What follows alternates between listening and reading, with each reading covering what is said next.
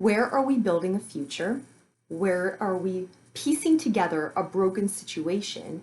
And where are we deluding ourselves that these broken situations are somehow going to turn around and actually work and turn into something? Welcome to the new moon energy in Chitra. So for those of you who are new to my channel, thank you for coming.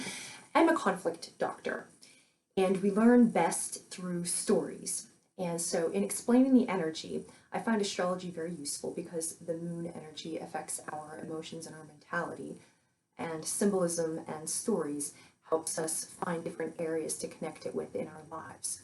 So you don't need to believe in astrology. You don't need to have any knowledge of astrology. I'll walk you through it. And leave your likes and comments below. Subscribe to the channel if you like it. Spread it if you like it, but here we go. All right.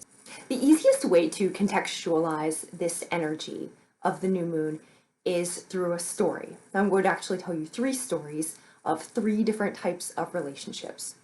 The first type of relationship is the one that is brand new, and it's fun and it's exciting. You guys are open, honest, it feels very safe, you're definitely on the same team, there's a closeness, you're happy. It's that easy kind of relationship. And the thing that makes it wonderful is that it's wide open, it's pure. Then the second type is a more troubled relationship. This is where your alliances are a little bit less clear. You've had some conflict, and even if you straightened it up, there's still residue left because you need to move on, but it still doesn't quite feel right? So it's that one where you're still pretty together, but you don't really have the clarity and the openness that you used to have. You are a little bit more defensive, you don't feel as understood, and you don't feel as open to express yourself. There's residue there. So the third type is when you have that relationship that's just rotten. You're together and it looks good from the outside and nobody knows what's going on, but honestly, you're just piecing things together. You don't have nice times, you have the time between the fights. So it's like duct tape on your relationships. So what happens is that these are 3 different things. There are 3 different scenarios where you have the clarity, you have the closeness, you have the togetherness, versus something that's going a little bit wrong, it's troubled, versus something that's just absolutely rotten. And so what we're looking at here is what you're attached to, what you want to be part of your life, and how your attachments help you be who you want to be. So the 2 energies, the 2 planets we're looking at are Libra. Libra is like what we're attached to, our partnerships, our relationships. It's what has our attention. And the other is Virgo. And Virgo has a critical eye toward these things, right? So are they helpful? And if you're looking at a person, how is this person going to help me be what I'm trying to be in this life? So that's the critical tension, right? So this brings us to the first idea with Chitra, is the idea of form. Because who you are takes form in a certain way. Certain things like how you express yourself, the tone of voice that you use, how you show up in a place. Not so much your stuff, but like what you have in your life as far as what kind of hope you have in your life, what kind of ideas you have, what type of optimism, how you want to walk in the world. And also who you have in your life. Who are the people who are around you?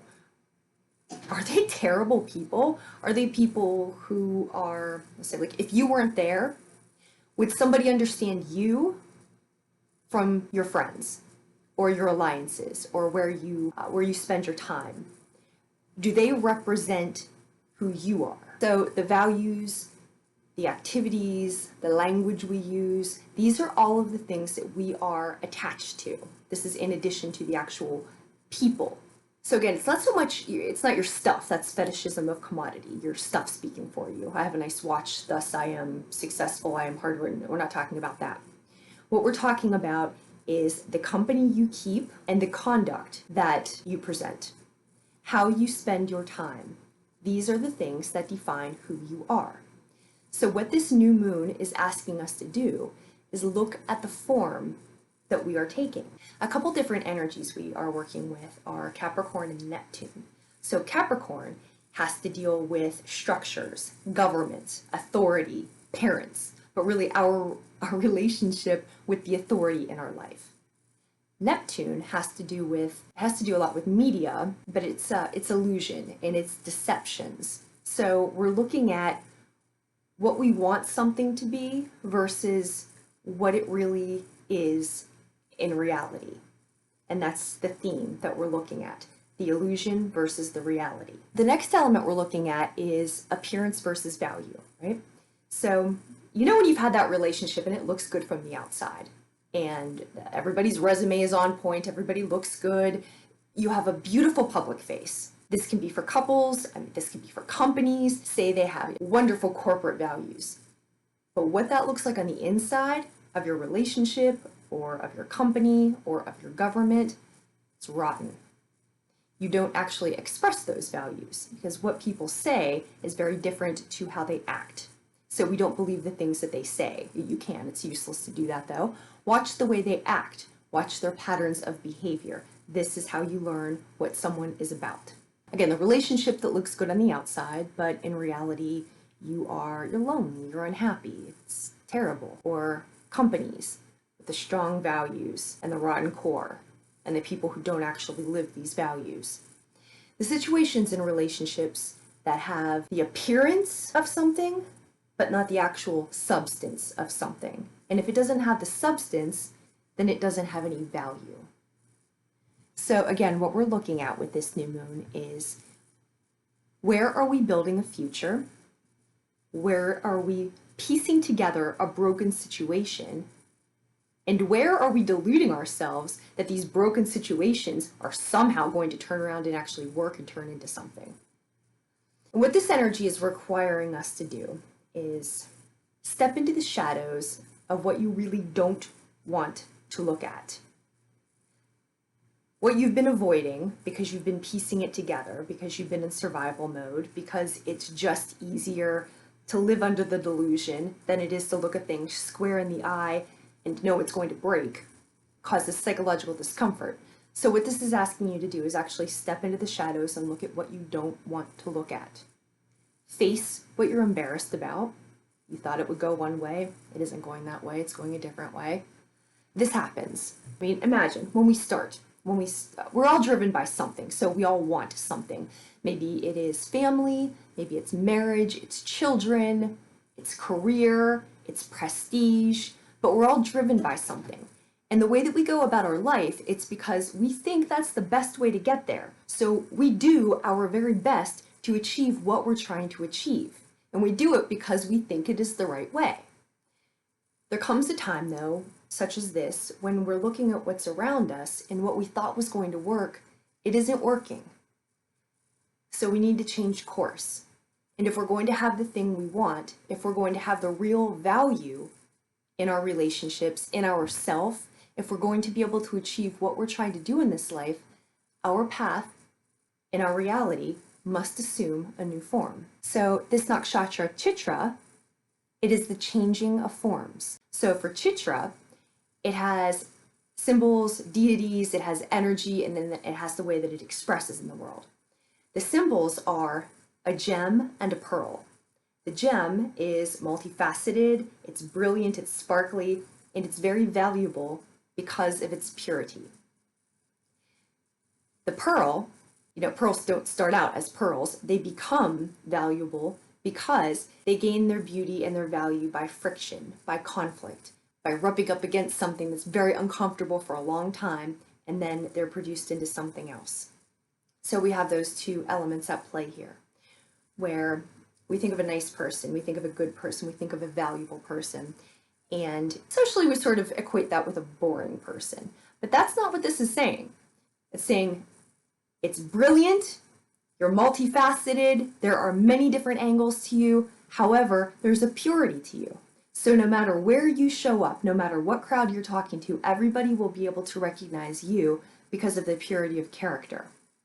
You have a lot of angles, you have a lot of different things going on, you have a brilliance about you, but everybody knows it's you. And so it's the same with the pearl. You didn't start out how you were. You continue to get better. You continue to grow. We grow through conflict. What this new moon is asking us to look at, what this energy is asking us to look at. We're applying these features to our relationships. multifaceted, brilliant, what we can be, all the different angles that we have, and all the different things about us that we want to realize in this life, all of our potential, and all of the way that we're growing by the conflict. And then there comes an end to it. So think about it in terms of relationships. What once looked good to you, now you're not really sure what the reality is because the purity's gone and you don't know anymore. So if you're in a situation that started off as a different thing, that happens. The contamination, it happens gradually. The conflict happens gradually. The eroding of values and the eroding of who we are happens gradually. So something that started out a certain way when you stepped into it way back when, because you thought it was the best way to go, that might not be what the situation looks like anymore. So in shaping our experiences, we need to know what is real. Where are we being deceived by the illusion, by the glamour? And this comes in people's words, this comes in their appearance, this comes in what they promise us, and how we so desperately want to believe them. So where are we being deceived, and where are we deceiving ourselves?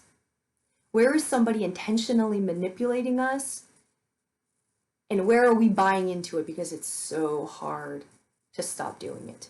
Because once we look at it, then we have to do something about it. So again, what this new moon energy is asking us to do is know the difference between illusion and reality.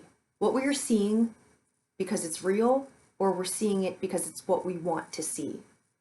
What are we believing because it's real, or because it's what we want to believe? And also, where's that line when we've had enough? The pearl is finished. We've grown enough.